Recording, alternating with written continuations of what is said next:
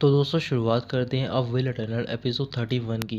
कुछ और डिसिपल्स को भी माउंटेन पीक मिल जाती है जहाँ पर कि उन्हें फॉर्मेशन बिल्ड करनी होती है। तो फिर गु येशिंग माउंटेन पीक पर जा रहा होता है, तभी वहाँ पर फांगलिन आता है और वो उसे रोक लेता है।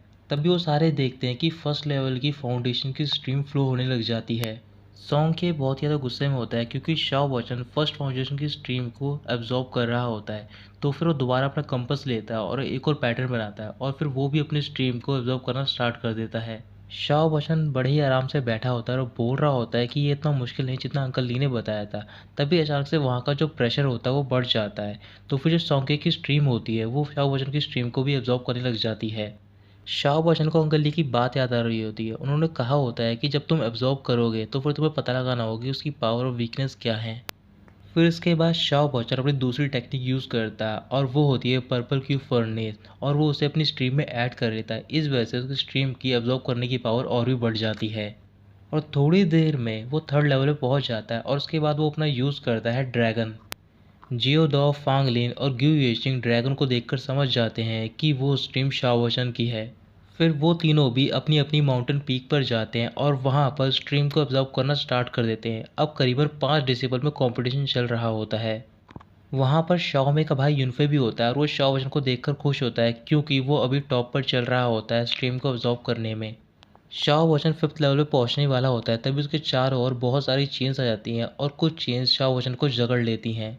और ये सब किया होता है सोंगे ने। अब सोंगे शाओ वचन का जो ऑरा होता है यानी कि जो स्ट्रीम होती है वो भी उसे एब्जॉर्ब कर रहा होता है। शाओ वचन को गुस्सा बढ़ जाता है और जो उसकी पीक पर एग होता है वो सोंगे की पीक पर चला जाता है। कुछ ही देर में जो शाओ वचन की स्ट्रीम होती है वो बिल्कुल ख़त्म हो जाती है क्योंकि सारी स्ट्रीम सोंगे एब्जॉर्ब कर लेता है। सोंगे मुस्कुरा रहा होता है और बोल रहा होता है कि शाओ वचन तुम यहाँ तक पहुँच गए यही बहुत बड़ी बात है, पर तुम पूरे ऑरा को एब्जॉर्ब नहीं कर सकते हो। अचानक से जो सोंगे की स्ट्रीम यानी कि जो उसका ऑरा होता है वो भी कम होना स्टार्ट हो जाता है क्योंकि वहाँ पर जो एग होता है वो शाओ वचन का होता है और वो सारा ऑरा एब्जॉर्ब कर लेता है। ऑरा एब्जॉर्ब करने के बाद वो एग दोबारा शाओ वचन की पीक पर जाता है और वो सारा ऑरा शाओ वचन को दे देता है। इस वजह से शाओ वचन अपने आप को छुड़ा पाता है उस चेन में से। अब शाओ वचन 5th लेवल पे पहुंचने वाला होता है तो फिर इस बार वो यूज़ करता है अपनी रिवर वाटर फील्ड टेक्निक का। जो बाकी डिसेबल होते हैं जियो दाओ, फांगलिन और सोंगे उन्हें नहीं समझ आ रहा होता कि शाओ वचन इस टेक्निक का यूज़ क्यों कर रहा है। उस टेक्निक को यूज़ करने के बाद शाओ वचन को कोई भी फ़ायदा नहीं होता है, बल्कि उसकी जो स्ट्रीम होती है वो और भी कम हो जाती है।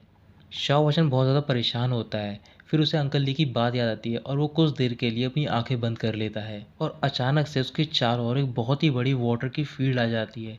तो फिर जितने भी डिसिपल जो होते हैं वो ऑरा एब्जॉर्व कर रहे होते हैं, उन सबका ऑरा अकेले शाओ वचन एब्जॉर्व करने लग जाता है। इस वजह से जियो दाओ, फांगलिन और सोंगे तीनों बहुत ज़्यादा परेशान हो जाते हैं और वो तीनों अपने सेट के सारे डिसेबल को ऑर्डर देते हैं कि अभी इसी वक्त शाओ वचन को मार दिया जाए। अब वो सारे डिसेबल शाओ वचन की पीक की ओर जा रहे होते हैं उसे मारने के लिए।